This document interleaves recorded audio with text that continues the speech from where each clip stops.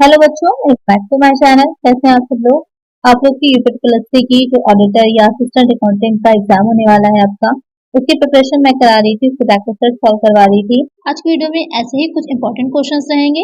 आइए वीडियो को शुरू करते हैं, लेकिन शुरू करने से पहले जिन बच्चों ने सब्सक्राइब नहीं किया सब्सक्राइब कर लीजिएगा, फ्रेंड्स साथ वीडियो को शेयर कर दीजिएगा और वीडियो अच्छी लगेगी हेल्पफुल होगी तो लाइक भी कर दीजिएगा। आइए शुरू करते हैं। फर्स्ट क्वेश्चन है, अंश आवेदन खाता डैश है। Share application account is a dash, nominal, real, personal, none of these. तो जब हम बात करते हैं कॉर्पोरेट अकाउंटिंग की, तो वहां पर शेयर और डिबेंचर बहुत इंपॉर्टेंट हो जाते हैं।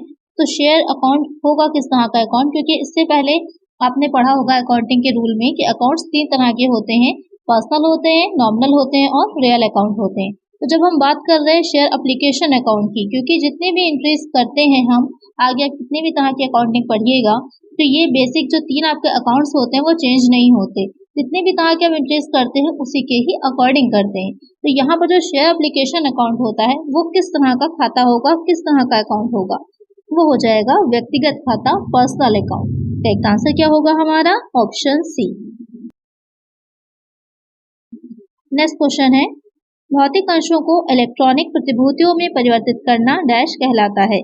Conversion of physical shares into electronic securities is called dash. Dematerialization, price rigging, rematerialization, none of these.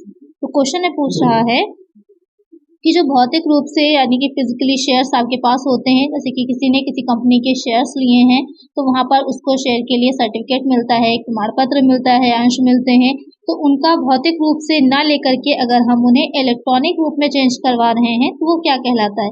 जैसे कि आज के टाइम में आप देख रहे होंगे सब कुछ ऑनलाइन हो चुका है, जितनी भी चीजें हम पेमेंट ऑनलाइन कर रहे हैं, हमारे पास प्लास्टिक मनी है हम उसका यूज करते हैं, कैश में बहुत कम ही चीजें रहती हैं। तो आज के टाइम में जो हमारे पास सर्टिफिकेट्स हैं या जो भी हमारे पास प्रमाण पत्र है या जो भी इम्पोर्टेंट डॉक्यूमेंट्स हैं वो सब भी हम ऑनलाइन ही रख रहे हैं।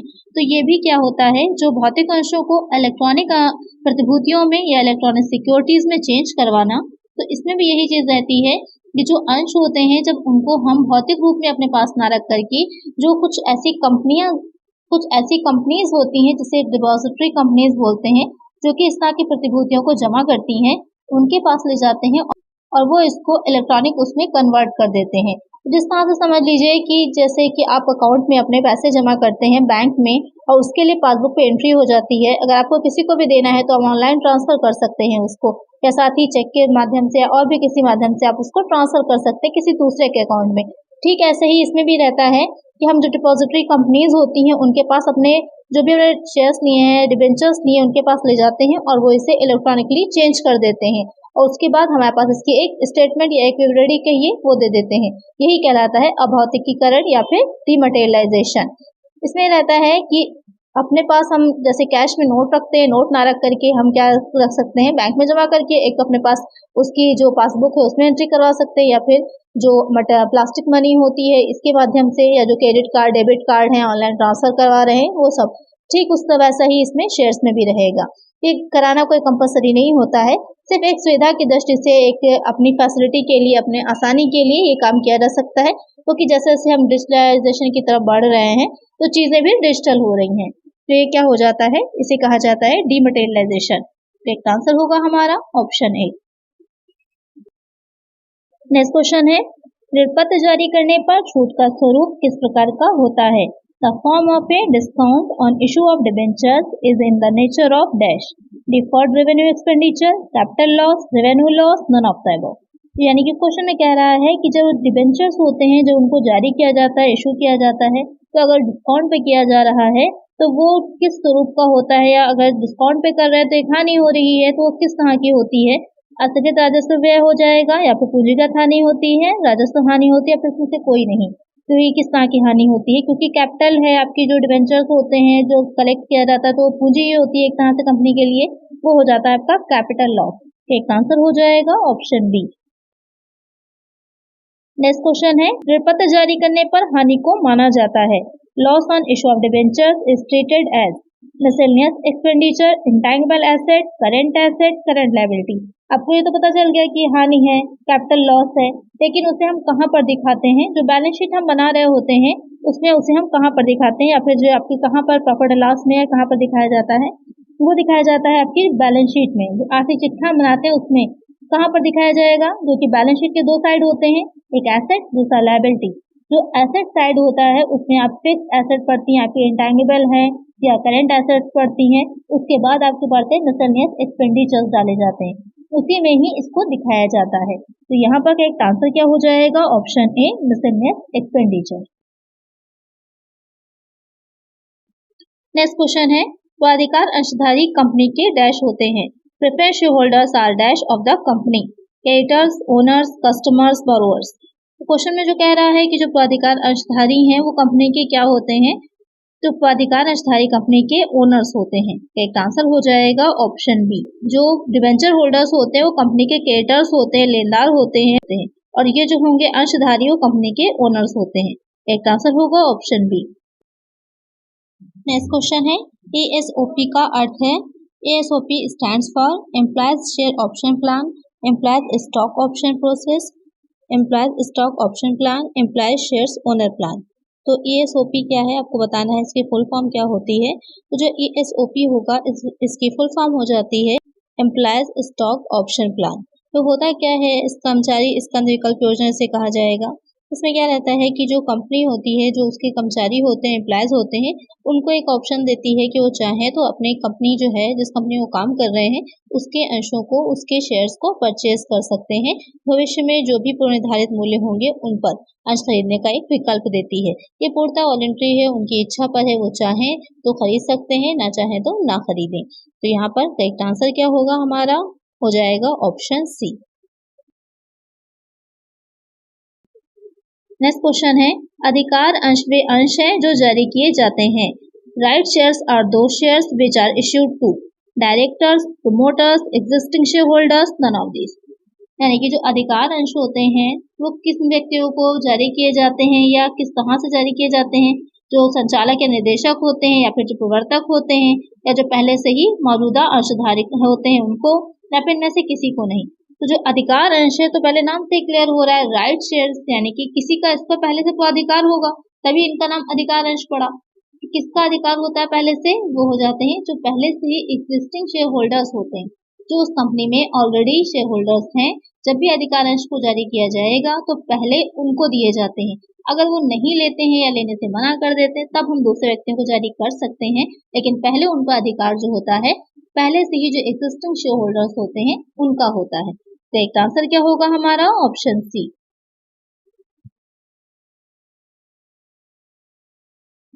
नेक्स्ट क्वेश्चन है, अंशों के पुनः जारी करने पर लाभ डैश में स्थानांतरित किया जाता है। The profit on ratio of shares is transferred to dash, general reserve, capital reserve, profit and loss account, profit and loss appropriation account. तो यहाँ पर क्वेश्चन में आपसे कह रहा है कि जो अंश होते हैं, क्योंकि आपको पता होगा अंश होते हैं उस पर कॉल्स होती हैं, अगर किसी को कोई कॉल नहीं दे पा रहा है या पूरी नहीं कर पा रहा है जो शेयर होल्डर है वो, तो कंपनी अपने अंशों को फॉरफीचर भी कर सकती है, अंशों का हरण कर सकती है, अंशों को जब्त कर सकती है। उसके बाद जब्त कर लेने के बाद दोबारा से उन अंशों को रीइशू कर दिया जाता है, उन अंशों को दोबारा से पुनर्जारी किया जाता है। तो जब हम उसको दोबारा से जारी कर रहे हैं, दोबारा से रीइशू कर रहे हैं, उसके बाद उससे जो हमें प्रॉफिट अगर हो रहा है, उस प्रॉफिट को हम कहाँ पर ट्रांसफर करते हैं, अपने किस अकाउंट में ट्रांसफर करते हैं या किस रिजर्व में वो जाता है। तो यहाँ पर वो किस में जाएगा, वो जाता है कैपिटल रिजर्व में, क्योंकि जो शेयर्स होते हैं वो लॉन्ग टर्म से रिलेटेड होते हैं, कैपिटल में जाते हैं, इस वजह से उसको हम कैपिटल रिजर्व में ही ट्रांसफर भी करते हैं। तो करेक्ट आंसर क्या होगा हमारा, ऑप्शन बी। नेक्स्ट क्वेश्चन है, जब अंशों को जब्त कर लिया जाता है तो अंश पूंजी खाते में डैश भुगतान किया जाता है। When shares are forfeited, share capital account is debited by dash paid up, amount of shares, called up amount of shares, face value of shares, uncalled capital। तो क्वेश्चन में कह रहा है कि जब शेयर्स को, जो अंश होते हैं उनको हरण कर लिया जाता है, उनको फॉरफीचर कर लिया जाता है, तो वहां पर जब हम एंट्री कर रहे होते हैं, जो शेयर कैपिटल अकाउंट होगा वो कितने अमाउंट से या किस अमाउंट से डेबिट किया जाता है। अंशों की जो राशि होगी उससे, अंशों पर मांगी गई राशि से, अंशों का जो अंकित मूल्य होगा उससे, या फिर ना मांगी गई पूंजी से। तो यहाँ पर आपको एंट्रीज याद होनी जरूरी होती हैं। अगर एंट्रीज आपको अच्छे से याद हैं सारी, तो आप आसानी से जान पाएंगे कि कहाँ पर हम किसको या किस अमाउंट को ट्रांसफर करते हैं। क्योंकि जब भी जर्नल बना रहे होते हैं वहां पर जो जर्नल्स के बेसिक रूल होते हैं ना, वो ज्यादा इंपॉर्टेंट होते हैं। टोटल तो दोनों साइड का इक्वल आ जाता है, लेकिन गड़बड़ कहाँ पर हो जाती है कि कितना अमाउंट आपने ट्रांसफर किया है, उस पर डिपेंड करता है। यहाँ पर जो क्वेश्चन में कह रहा है कि किस अमाउंट से करते हैं, वो हो जाता है जितनी भी राशि अंशों पर मांगी जाती है उस अमाउंट से ही हम उसको डेबिट करते हैं, called up amount of shares. तो करेक्ट आंसर हो जाएगा ऑप्शन बी। नेक्स्ट क्वेश्चन है, सूचना प्रदान करने या बौद्धिक संपदा अधिकार उपलब्ध कराने के लिए समता अंश जारी करने को कहा जाता है। Issue of equity share for providing know how और making available intellectual property right is known as issue of bonus shares, issue of sweat shares, issue of right shares, issue of convertible shares. तो यहाँ पर जो question में आपसे पूछ रहा है, थोड़ा सा घुमा करके क्वेश्चन दे दिया है। इसमें कह रहा है कि जो बौद्धिक संपदा यानी कि इंटेलेक्चुअल प्रॉपर्टी होती है उसका राइट किस तरह से लिया जाएगा, या किस तरह से उस पर जो भी नियम होते हैं या जो भी रूल्स रेगुलेशन होते हैं कैसे किए जाएंगे। वो व्यक्ति जो ये काम कर रहा होता है उसको अगर हम शेयर्स के रूप में भुगतान कर रहे हैं, पेमेंट कर रहे हैं, उसका रेम्युनरेशन शेयर्स के रूप में दे रहे हैं, तो उस तरह के शेयर्स को क्या कहा जाता है? तो वो हो जाते हैं स्वेट शेयर्स या फिर स्वेट अंश। तो आपने पढ़ा होगा स्वेट अंश जो जारी किए जाते हैं किसको किए जाते हैं, जो प्रमोटर्स होते हैं उनको कभी कभी रेम्युनरेशन के बदले में दिया जा सकता है, या इंटेलेक्चुअल प्रॉपर्टी जो है दिला रहा है उसको दिए जा सकते हैं। तो यहाँ पर करेक्ट आंसर हो जाएगा ऑप्शन बी। नेक्स्ट क्वेश्चन है, जब्त किए गए अंशों का शेष है, balance of forfeited share is revenue reserve, capital reserve, secret reserve, security premium. यानी कि जो फॉरफिटेड शेयर्स होते हैं जिनका हरण कर लिया गया है उनका अगर बैलेंस कुछ बच रहा है तो वो अमाउंट किसमें ट्रांसफर किया जाता है, या उसका जो बैलेंस होता है वो कहाँ पर ट्रांसफर हम करते हैं, तो ट्रांसफर किया जाएगा कैपिटल रिजर्व में, पूंजी संचय में। एक आंसर हो जाएगा ऑप्शन बी। नेक्स्ट क्वेश्चन है, निराकरण के लिए अंशधारकों द्वारा कंपनी को अंशों की स्वैच्छिक वापसी को कहा जाता है। Voluntary return of shares by share holders to the company for cancellation is called. Question में आपसे कह रहा है कि अगर स्वेच्छा से अपने आप वॉलंटरी कोई शेयर होल्डर है या कोई अंशधारक है अपने अंशों को, अपने शेयर्स को कंपनी को वापस कर रहा है कैंसिल करने के लिए, तो वो क्या कहलाता है? एक तो उसका हरण कर लिया जाता है कि जो अगर वो अपने जो भी कॉस्ट थी या जो भी मांगी गई राशि थी वो नहीं चुका पाया तो अंशों का हरण कर लिया जाता है। लेकिन कभी कभी जो शेयर होल्डर्स होते हैं वो स्वेच्छा से वॉलंटरी अपने जो शेयर्स होते हैं कंपनी को समर्पण कर सकते हैं या वापस कर सकते हैं उनको कैंसिलेशन के लिए, वो क्या कहलाता है? Transfer of share, forfeiture of share, surrender of shares, buyback of shares. तो यहाँ पर वो कहलाता है हस्तांतरण में तो हो जाता है जब एक अंशधारी दूसरे व्यक्ति को अपने अंशों को ट्रांसफर कर देता है। अंशों के हरण में कंपनी स्वयं अपने अंशों को जो वापस ले लेती है। पुनः खरीद में रहता है कि कंपनी मार्केट से अपने अंशों को वापस खरीद रही है तो वो बाईबैक ऑफ शेयर्स हो जाता है। तो ये हो जाएगा अंशों का आत्मसमर्पण, सरेंडर करना अपने शेयर्स को। तो एक आंसर हो जाएगा ऑप्शन सी। नेक्स्ट क्वेश्चन है, स्टॉक डैश अंशों का एक समेकन है। Stock is a consolidation of dash shares, partly paid shares, fully paid shares, equity shares, sweat shares. Question में कह रहा है जो स्टॉक होता है, आपने स्टॉक के बारे में पढ़ा होगा, जो अंशों की डिफिनेशन दी जाती है वहाँ पर शेयर्स में स्टॉक को भी शामिल किया जाता है। तो किस तरह के शेयर्स होते हैं जिसको हम स्टॉक में परिवर्तित करवा सकते हैं? तो पूर्वदत्त शेयर्स जो होते हैं, जो फुली पेड अप शेयर्स होते हैं, उनको भी हम स्टॉक में कन्वर्ट कर सकते हैं। और अगर आपके पार्टली पेड है तो उनको हम ट्रांसफर नहीं कर पाएंगे या कन्वर्ट नहीं कर पाएंगे स्टॉक में। तो एक आंसर क्या होगा हमारा? वो हो जाएगा option B, fully paid up shares. Next question है, वो अधिकार अंशधारक डैश के निश्चित दर के अधिकारी हैं। Preference share holders are entitled to a fix rate of dash interest, dividend, coupon, capital. Question में कह रहा है कि जो पदाधिकार अंशधारक होते हैं, एक तो आपके समता अंशधारी होते हैं, इक्विटी शेयर होल्डर्स हो जाते हैं, दूसरे प्रेफरेंस शेयर होल्डर्स होते हैं। तो डिफरेंस इतना होता है कि जब भी लाभांश बांटने की बात आती है, डिविडेंड दिया जा रहा होता है, क्योंकि वो प्रेफरेंस शेयर होल्डर्स होते हैं इसलिए पहले उनको डिविडेंड दिया जाता है और उनकी एक निश्चित दर होती है, एक उनका पहले से ही फिक्स्ड रेट होता है। आपने पढ़ा होगा प्रेफरेंस शेयर के बारे में। तो साथ में एक जो अमाउंट, जिस अमाउंट से उनको मिलना है, जिस परसेंट पे उनको डिविडेंड मिलना है, वो परसेंटेज पहले ही क्वेश्चन में आपके दे रखी होती है साथ में। तो यहाँ पर वो किस चीज को पाने के अधिकारी होते हैं?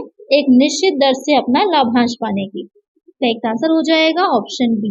और साथ ही जब भी कंपनी का समापन हो रहा होता है तो भी सारे जितने भी क्रेडिट्स होते हैं सबको चुकाने के बाद जो कंपनी के पास बचता है धनराशि अमाउंट, पहले प्रेफरेंस शेयर होल्डर्स जो होते हैं उनकी पूंजी को लौटाया जाता है, उसके बाद जो इक्विटी शेयर होल्डर्स होते हैं उनकी। ये डिफरेंस हो जाता है परिकार धारकों और समता धारकों में। करेक्ट आंसर है यहाँ पर ऑप्शन बी। नेक्स्ट क्वेश्चन है, अंश के अंकित मूल्य से अधिक प्राप्त राशि को स्थानांतरित किया जाता है। The amount received in excess of face value of shares is transferred to share capital account, share redemption account, share premium account, share call account.